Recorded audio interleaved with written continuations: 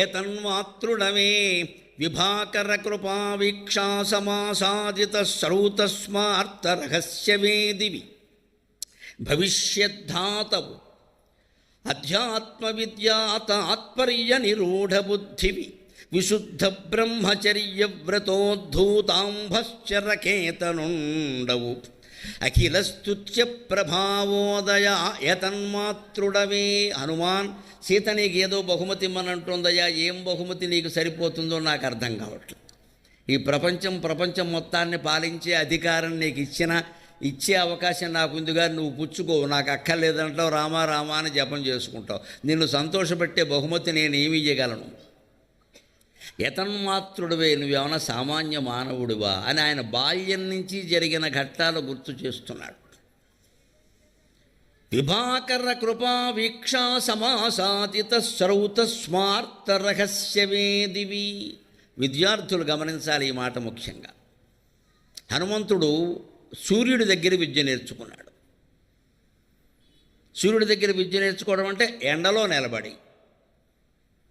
ఈవేళ ఎవరన్నా విద్యార్థిని మేస్టార్ కాస్త ఆలస్యంగా వచ్చాడనో ఏదన్నా 5 నిమిషాలు ఎండలో నిలబడి పెడితే మన్నాడు పత్రికలు రాసేస్తారు, అమానవీయ టీచర్. అయ్యి బాబోయ్, వెంటనే తల్లిదండ్రి వెళ్ళిపోతారు, గొడవ పెట్టేస్తారు. మీరు ఎండలో నిలబెట్టారు, మా వాడికి జ్వరం వచ్చేసింది, అంతే. చదువు ఎలా వస్తుందమ్మా ఆలోచించండి. అందుకే టీచర్లు ఎవరో పని చేయట్లేదండి. పనిష్మెంట్ కాదు, పని కూడా చేయట్లేదు. నాకెందుకు వచ్చింది గోల వదిలే. ఎందుకంటే తల్లిదండ్రులు ఒప్పుకోరు కదా. పైగా ఆయన ఏ క్యాస్టో చూసుకొని ఇంకో క్యాస్ట్ వాళ్ళు పెడతారు అక్కడికి. మా అబ్బాయిని కొడతాను, తిడతావు, వాడు మనోభావాలు 6 ఏళ్ల కుర్రాడికి మనోభావాలు ఉంటాయండి, 40 ఏళ్ల టీచర్కి మనోభావాలు ఉండవండి. నన్ను మన్నింతురుగాక, వ్యవస్థ ఎందుకు పాడైపోయిందో అర్థం చేసుకో. 10 ఏళ్ల కుర్రాడికి మనోభావాలు గౌరవించాలా, 40 ఏళ్ల టీచర్ మనోభావాలు గౌరవించాలా? ఏ టీచర్ అయినా పాఠం చెప్పగలరా ఈ వ్యవస్థలో? తల్లిదండ్రులు ఇలా ఉంటాయి. అహంకారాలు బాగా ఎక్కువైపోయాయి, డబ్బులు బాగా ఎక్కువైపోయాయి. 2 పిల్లలు, మా అమ్మాయి మహారాణి, మా అబ్బాయి మహారాజు, అంతే. ఎవరేమనడానికి వీల్లేదు. మేమేమన్నాం, మీరేమన్నది. వాళ్ళు సర్వభ్రష్టులు అయిపోతున్నారు ఈవేళ. ఎవరు ఏమనకపోవడం వల్ల. మమ్మల్ని కొట్టారు, తిట్టారు. మా మాస్టర్లు అందరూ కొట్టిన దెబ్బల వాతల కారణంగానే ఈవేళ ఇన్ని వేల మంది నిర్భయంగా నేను మాట్లాడగలుగుతాను.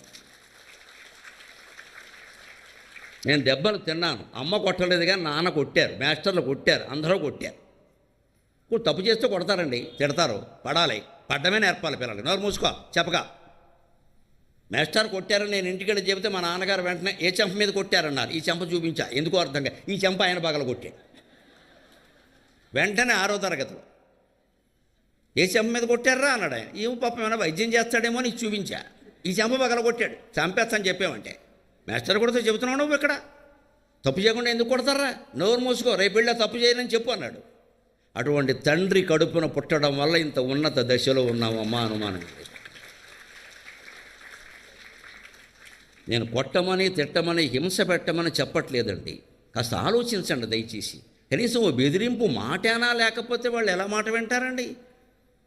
కాస్త గట్టిగా ఉండద్దా? జావగారిపోతే ఎలాగా? ఎవరు ఏమీ అనొద్దు, వ్యవస్థ బాగుండాలి. ఎక్కడి నుంచి బాగుంటుందండి? మనం కొట్టకపోతే ఈ వెధవ అడ్డగోలుగా డ్రైవింగ్ చేస్తే రేపు పోలీసే ఆయన కొడతాడు అక్కడ. అది అయిందా? అది బాగుందా? అక్కడ మళ్ళీ కేసు. శిక్ష, శిక్షణ 2 కలిసే ఉంటాయండి, అర్థం చేసుకోవాల్సిందే. శిక్షణ బాగుండాలంటే శిక్ష ఉంటుంది, దానికి తగినట్టే ఉంటుంది. ఆయన ఎండకు ఎదురుగా నిలిచి చదివాను ఆతండు ఘనుడు అని రాశాడు కరుణశ్రీ గారు. కుడిచి చల్లని నీడల గురుచుండి చదువమన్నను చదువరి ధర వడుగులు, ఎండకెదురుగా నిలిచి చదివాను అతండు ఘనుడు అన్నాడు హనుమంతుడి గురించి.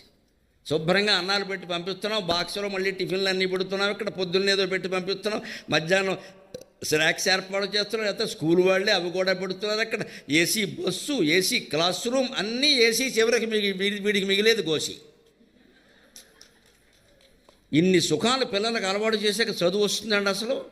వాడు సుఖంగా హాయిగా మత్తుగా పడుకున్నాడు అక్కడ ఏసీ రూమ్లో. ఇంటికి వచ్చాక కూడా ఏసీ కావాలి. స్కూల్లో అలవాటు పడ్డాడు అని ఇక్కడ కూడా ఏసీ పెట్టాం.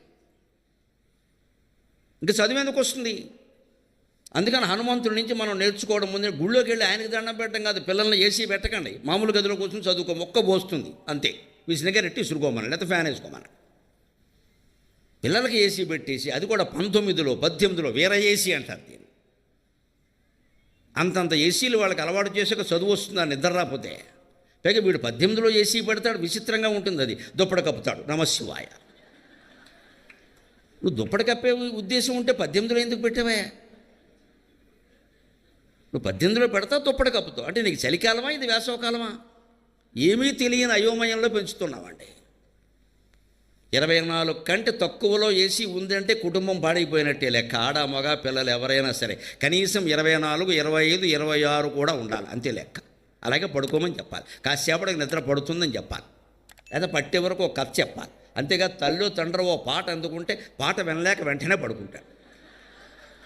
అమ్మా నేను పడుకున్నాను, నువ్వు నోరు మూసేయి అంటాడు, వెంటనే గొప్ప ఉపాయాలు ఉన్నాయి.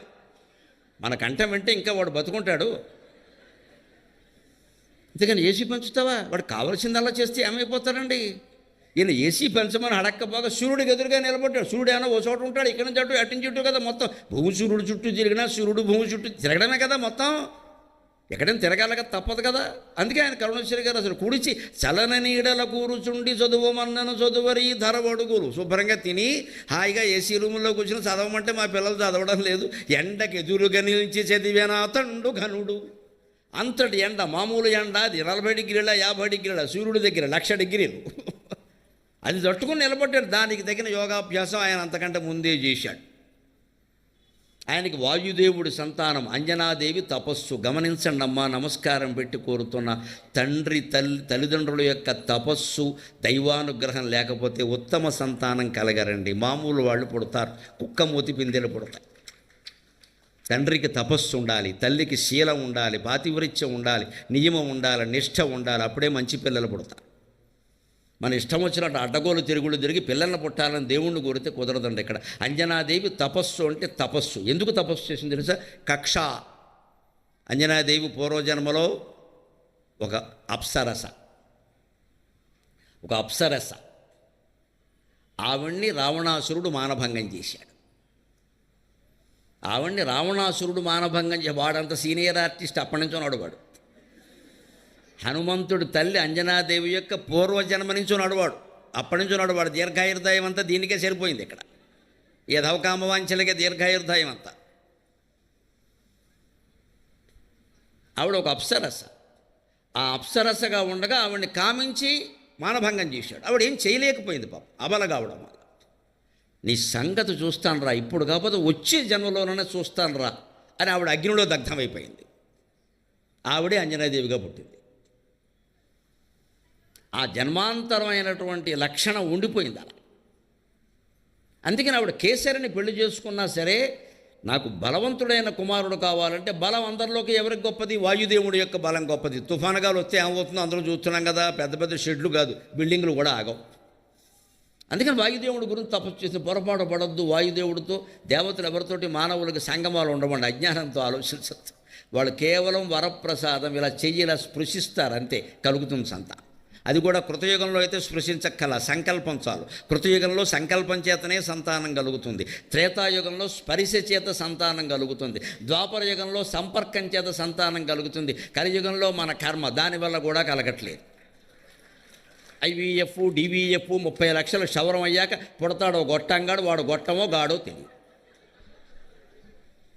అన్నీ సకారమే. సంకల్పం, సంస్పర్శ, సంపర్కం, ఇది కూడా సరోగసి, ఇది కూడా సకారమే.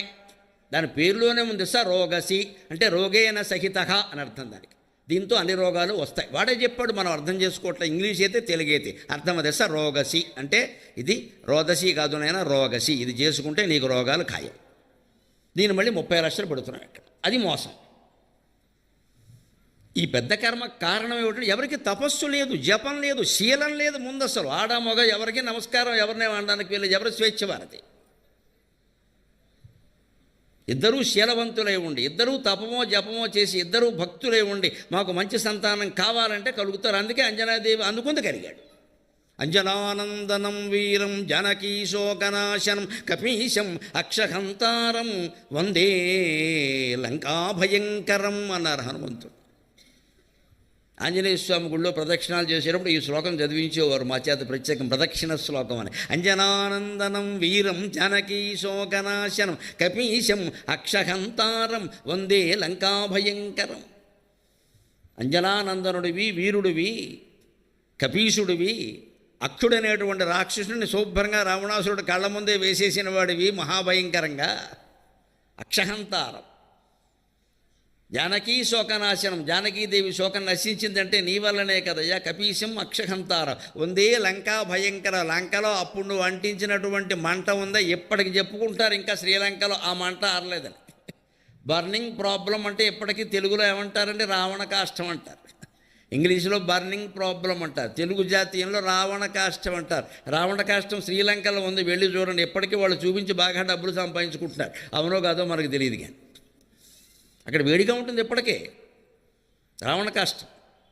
ఎందుకంటే మండోదరి యొక్క పాతివృత్యం మన సంస్కృతి గొప్పతనం. అది భర్త రాక్షసుడైనా సరే భార్య శీలవతి పతివ్రత తపస్సుతో ఉంటే ఆవిడికి చరిత్ర ప్రాధాన్యం వస్తుందమ్మా. That is Indian culture, that is Indian culture. ఒకరు చెడిపోయారని రెండో వారు చెడిపోవలసిన అవసరం లేదు. మండోదరి చాలా సహనంతో ఉంది. ఆవిడ వైధవ్యం అనుభవించడానికి వీలు లేదు, అది ఆవిడకి ఇచ్చిన వరం, బ్రహ్మదేవుడు ఇచ్చిన వరం. నీకు వైధవ్యం రాదు అన్నాడు. మరి రావణాసురుడు చనిపోయాడుగా, వైధవ్యం లేకుండా ఎలాగా?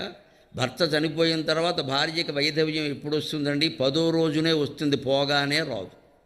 మన సంస్కారాలు అటువంటి 10వ రోజునే ఆ వితంతు సంబంధమైన సంస్కారాలు చేస్తారు. అంచేత 10 రోజులు ఏమీ ఉండదు. 10 రోజులు ఎందుకు గ్యాప్ ఉంటే ఆ చితి చల్లారాలి.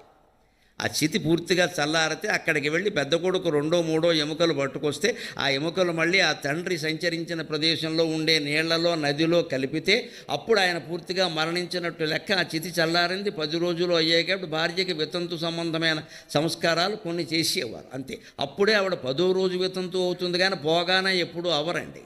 అది సంప్రదాయం కాదు అది. అందుకే రావణాసురుడు మండోదరికి బ్రహ్మదేవుడు ఇచ్చిన వరం ఏమిటంటే నీ భర్త చితి చల్లారనే చల్లారదు, అది అలాగే ఉంటుంది, నువ్వు ఎప్పుడూ సుమంగళివి అని చెప్పాడు ఆయన. ఖచ్చితంగా అంచేత అనేక అకార్యాలు చేసి చచ్చిపోయిన భర్తను కూడా బతికించుకున్న మహాసాధ్వి మండోదరి. అహల్య, ద్రౌపది, సీత, తారా, మండోదరి తథా పంచకన్యా స్మరే నిత్యం మహాపాతకనాశనం అని ఆవిడ మండోదరిని రాక్షస స్త్రీని పంచమహాపతివ్రతల్లో చేర్చి రోజు పొద్దున్న చదువుకోమని చెప్పారు. మన జాతికి దేవతలు, రాక్షసులు, మానవులు అనే భేదం లేదండి.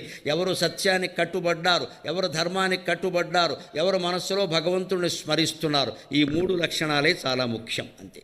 అవి ఉంటే వాళ్ళు దేవతలైనా పర్వాలేదు, మానవులైనా పర్వాలేదు, రాక్షసులైనా పర్వాలేదు. అందుకని ఇప్పటికీ ఉంది అలాగా.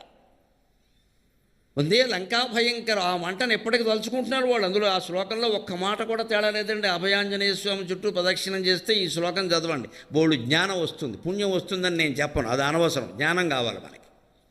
పుణ్యాలు పాపాలు లెక్కెట్టుకోవడం కాదు, జ్ఞానం అజ్ఞానం, మంచి చెడ్డ, ధర్మం అధర్మం, న్యాయం అన్యాయం, అవి చాలా ముఖ్యం మనకి. పుణ్యానికి షేపు లేదు, జ్ఞానానికి షేపు ఉంది ఖచ్చితంగా. జ్ఞానవంతుడైన వాడు ఎలా ఉంటాడో, అజ్ఞానం ఎలా ఉంటాడో మనకు బాగా తెలుసు. పుణ్యాత్ముడు ఎలా ఉంటాడంటే మనం చేస్తాం పెద్ద పంచె కట్టేసి పెద్ద బొట్టు ఎడితే పుణ్య లేదు, వాడే పాపాలు చేసాడేమో కనుక్కోవసాడు, ఎంతమందిని మింగేసాడో కనుక్కో. అలాంటి వాళ్ళే పెద్ద పంచెలు కట్టి పెద్ద బొట్లు ఎట్టేసి చాలా హడావుడి చేస్తారు. ఇంకా స్వామీజీలను పిలిపించి రిబ్బన్ కటింగ్లు చేయించేసేసి బ్రహ్మాండంగా జనాన్ని ముంచేస్తారు. తర్వాత వాళ్ళు జైలుకి వెళ్ళిపోతారు. వీళ్ళందరూ వెళ్ళడం కోసం హైదరాబాద్లో చెంచెలగూడ అని పెట్టారు. ఆ పేరు ఎవరు పెట్టారో వారికి నమస్కారం.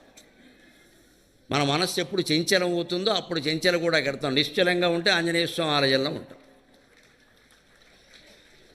అంత కష్టపడి స్వభావం ఎందుకు వచ్చిందంటే చిన్నప్పటి నుంచి విద్యాభ్యాసం నుంచి ఆయన అలా ఉన్నాడు. అందుకే విభాకర కృపా వీక్షా సమాసాదిత శ్రౌతస్మార్త రహస్యమే దివి. విభాకర, ప్రభాకర ఇవన్నీ సూర్యుడికి పేర్లు. విభాం కరోతీతి విభాకర, ప్రభాం కరోతీతి ప్రభాకర. గొప్ప కాంతిని కలిగిస్తున్నాడు. ఎంత కాంతి అండి? 9 కోట్ల మైళ్ళ దూరంలో ఉన్నాడు, 15 కోట్ల కిలోమీటర్ల దూరంలో ఉన్నాడు సుమారుగా. అంత అక్కడి నుంచి ఒక కాంతి కిరణం భూమి మీద చేరడానికి 9 నిమిషాలు పడుతుంది. అంటే కాంతి కిరణం యొక్క వేగం నిమిషానికి 1 మైళ్ళు. కాంతి కిరణం పొద్దున్న జరగడానికి సైంటిస్టుల లెక్క ప్రకారం 9 నిమిషాలు పడుతుంది సుమారుగా. 9 నిమిషాల్లో ఒక కిరణం మన ఇంటి ముందు పడగానే మొత్తం చీకటంతా పోయింది. అందుకే సూర్యభగవానుని ప్రత్యక్ష నారాయణమూర్తి అన్నారు. మనకి ప్రత్యక్ష దైవం. మీరు దేవుని చూడాలంటే పొద్దున్నే బాలకనే ఎక్కి సూర్యుని చూస్తే చాలు, ఇంకా అక్కల. అంత కాంతి ఏమిటి? రూపాయి ట్యాక్స్ కట్టామండి ఏమన్నా? ఇంకా సన్ ట్యాక్స్, మూన్ ట్యాక్స్ ఇచ్చే ప్రభుత్వాలు రాలేదు, సంతోషించాం. మన వాళ్ళకి డబ్బులు అయిపోతే అది కూడా వస్తాయి. నువ్వు సూర్యుని చూసావు ట్యాక్స్ కట్టు అంటారు. డబ్బు లేనప్పుడు ఏముంటుంది మరి? ఇంకా నయం, అంత దుర్మార్గ ప్రభుత్వాలు రాల. సన్ ట్యాక్స్, మూన్ ట్యాక్స్ అని కూడా పెట్టల, హాయిగా చూసుకోవచ్చు.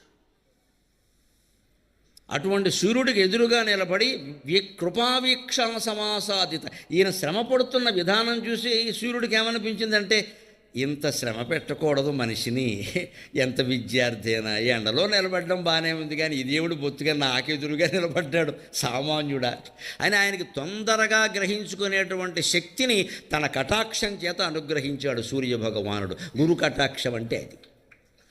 శిష్యుడు తాను పడే కష్టం తాను పడితే అది చూసినటువంటి గురువుకి మనస్సు కరుగుతుంది సహజంగానే. ఆయన తపశ్శక్తి ఏదైనా ఉంటే వినియోగించి హాయిగా నీకు తొందరగా వస్తుంది అంటే వస్తుంది, చదవకుండా కూడా వస్తుంది, అనుమానం వెళ్ళ. శంకరాచార్య స్వామి శిష్యుల్లో తోటకాచార్యుడు అని ఒక ఆయన ఉండేవాడు. ఆయన అతని పేరు ఆనందగిరి. ఆయన పూరీ పీఠానికి మొట్టమొదటి పీఠాధిపతి ఆయనే, తూర్పు ఆనందగిరి. ఆయనకి పెద్దగా ఏదో చదువు రాలేదు, అబ్బలేదు అంటారు, ప్రచారంలో ఉన్న కథ ఇది. ఆయన కేవలం స్వామివారి బట్టలు ఉతికేవాట. ఆయన ఈ మిగిలిన శిష్యులకు సేవలు చేసేవాట. ఆయన ఏదో మిగిలిన శిష్యులు కొంచెం ఆక్షేపించి, వాడేమిటండి బట్టలు ఉతుక్కుంటాడు, వాడు వచ్చే వరకు పాఠం ఆపాలా, వాడు రాకుండానే మొదలెట్టండి, వాడి సంగతి నీకు తెలియదు, వాడు ఏం చెబుతాడో చూడండి అన్నాడు. అంతే. అక్కడ భవదేశిక శంకర శరణమే శరణం, భవదేశిక శంకర మే శరణం అని ఉతికిన బట్టల మూటతో సహా అప్పటికప్పుడు త్రోటక వృత్తాల్లో అష్టకాన్ని అల్లుకుంటూ వచ్చాడు గురువు అనుగ్రహం వల్ల, శంకరాచార్య స్వామి అనుగ్రహం వల్ల. గురు కటాక్షంలో సందేహించవలసింది ఏం లేదు, కానీ శంకరాచార్య లాంటి వాడి వల్ల జరుగుతుంది. మనకి వంకరాచార్యులు ఉంటే కుదరదు, అది శంకరాచార్యే ఉండాలి. అటువంటి వాడు ఏడి లేడు అంటే మన తెప్పలు మనం పడాలి.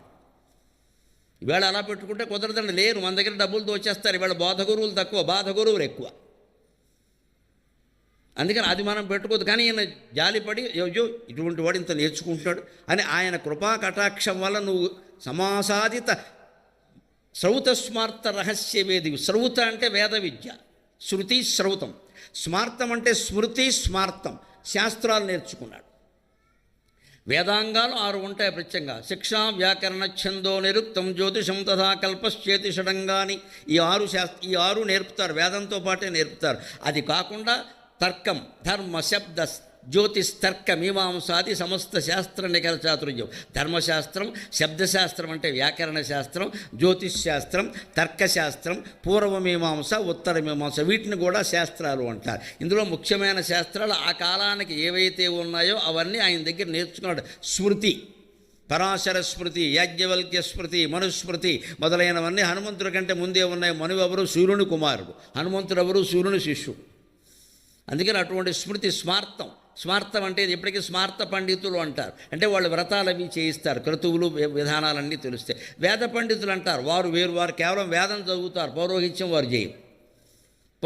వ్రతం చేశాక బాబు ఆశీర్వచనం అనగానే అప్పుడు వస్తారు. విషయత్వోర్జేత్వాయవస్థోపాయవస్థ అని ఘనపనస చదువుతారు, మామూలుగా కాదు. వారిని వేద పండితులు అంటారు, ప్రత్యేకంగా పిలిపిస్తారు. పురోహితుల కంటే వేద పండితుల హోదా చాలా ఎక్కువ. అందులోనూ డిగ్రీలు, పీజీలు, పిహెచ్డీలు ఉన్నాయి. అంతా ఒకటే గుండు పిలక అనుకోకూడదు, దాంట్లో స్టేటస్లు చాలా ఉన్నాయి. దాని లెక్క ప్రకారం మామూలుగా సత్యనారాయణ వ్రతం చేయించిన, శుభాశుభ కర్మలు చేయించిన పౌరోహిత్యం అంటారు, వ్రతం అంటారు. అది స్మార్తం. ఈయన శ్రౌతం స్మార్తం విద్యలు నేర్చుకోవాలా మన విద్యార్థులు గమనించాలి. రహస్యవేదివి, రహస్యాలు నేర్చుకోవాలి మీరు విద్యలో. ఇవాళ మన పాఠశాలల్లో రహస్యాలు చెబుతున్నారా? లేదండి, బోర్డు మీద రాయడం, కంఠస్థం చేసుకోమంట. Note down, get by heart, note down, get by heart, or go out, అంతే లెక్క. నీకు చదువు రాదు అని అంటాం. వాళ్ళ మీద రాసుకో, కంఠస్థం చేయి. కంఠస్థం చేయడానికి చదువు రాందాన్ని కంఠస్థం ఎలా చేస్తారండి? ఒకవేళ రాలేదని వీడంటే రైట్ 10 times, అది అంతకంటే బుద్ధి లేనమాట. వాడికి అది అర్థం కానప్పుడు 100 సార్లు రాసినా రాదు. అందరికీ ఒకటే శిక్ష, 100 సార్లు రాసి ఇంపోజిషన్. వచ్చిన వాడికి శిక్ష, నాకు వచ్చింది కదా నేను ఎందుకు రాయాలనుకుంటాడు. రానివాడు ఎంత రాసినా రాదు. అది నీకు అర్థం కాలేదు, రాస్తే ఏమిటి వస్తుంది? ఎందుకంటే రామకోడు రాసుకుంటే పుణ్యమేనా వస్తుంది. ఇది ఎందుకు ఇక్కడ? ఈ అర్థం కాని పనిష్మెంట్లు కాదు. 4 సార్లు రాయి, ఎందుకు రాయడం? అది అర్థమయ్యేలా చెప్పాలి, అది టీచర్ బాధ్యత అని ఆయన రహస్యాలు అడిగితే చెప్పాడు ఆయన. వేద రహస్యాలు, స్మృతుల్లో ఉండే రహస్యాలు. మన ధర్మశాస్త్రాల్లో మేకు బిగింపులు ఉంటాయండి. మేకు బిగింపు అంటే పైకి ఏం చెప్పరు, ఇది ఎలా చేయండి, అది అలా చేయండి అంటారంతే.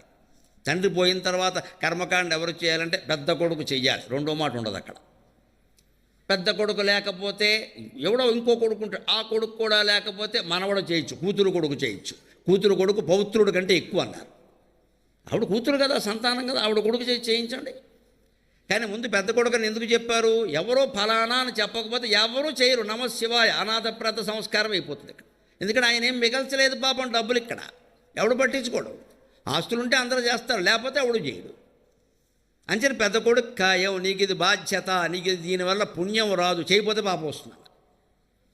వారి భార్యను వారికి సహకరించమని చెప్పారు, అంతే లెక్క. ఇలా స్మృతుల్లో కొన్ని మేకు బిగింపులు ఉంటాయి ఇక్కడ. మన మంగళగౌరి వ్రతం, సోమవార వ్రతం, బుధవార వ్రతం, లక్ష ఒత్తుల వ్రతం ఇవన్నీ ఎవరికి చెప్పారని మగాళ్ళకి చెప్పాలి, ఆడాళ్ళకి చెప్పారమ్మా. ఎందుకో తెలుసా? మేకు బిగింపు. ఎందుకంటే ఒక వయస్సు వచ్చింది, పిల్లలు బడికి వెళ్ళిపోయారు, భర్త ఉద్యోగానికి వెళ్ళిపోయాడు, ఈవిడ అప్పుడు వాళ్ళు ఉద్యోగాలు చేసే పరిస్థితి కాదు కదా. ఇప్పుడంటే వాళ్ళు పడుతున్నారు ఆ పాటలనే. ఇక్కడ వాళ్ళు ఎప్పుడు పొద్దున్న ఎడుతున్నారు, రాత్రి వస్తున్నారు. అవన్నీ ఉన్నప్పుడు నోములు కూడా కుదరవు. పూర్వం అలా లేదు, ఇంట్లోనే ఉంటుంది. ఒక్కావిడ మనస్సు గాడి తప్పకుండా ఉండాలి, నిరంతరం భగవంతుని మీద ఉండాలంటే వారం రోజులు వ్రతాలతో ముంచేసారు మొత్తం, గొడవ లేకుండా. మాట్లాడక 16 ఫలాలు నోము ఈ జన్మకు తెముందు చెయ్యి అంతే. 1,00,000 ఒత్తులు చేసేసరికే ఆయుర్దాయం అయిపోతుంది, చెయ్యి. ఇదంతా ఎందుకు చెప్పారండి? రహస్యం అంటే ఇదే, మేకు బిగింపు అంటారు. ఓ స్క్రూ బిగిస్తారు ఋషులు.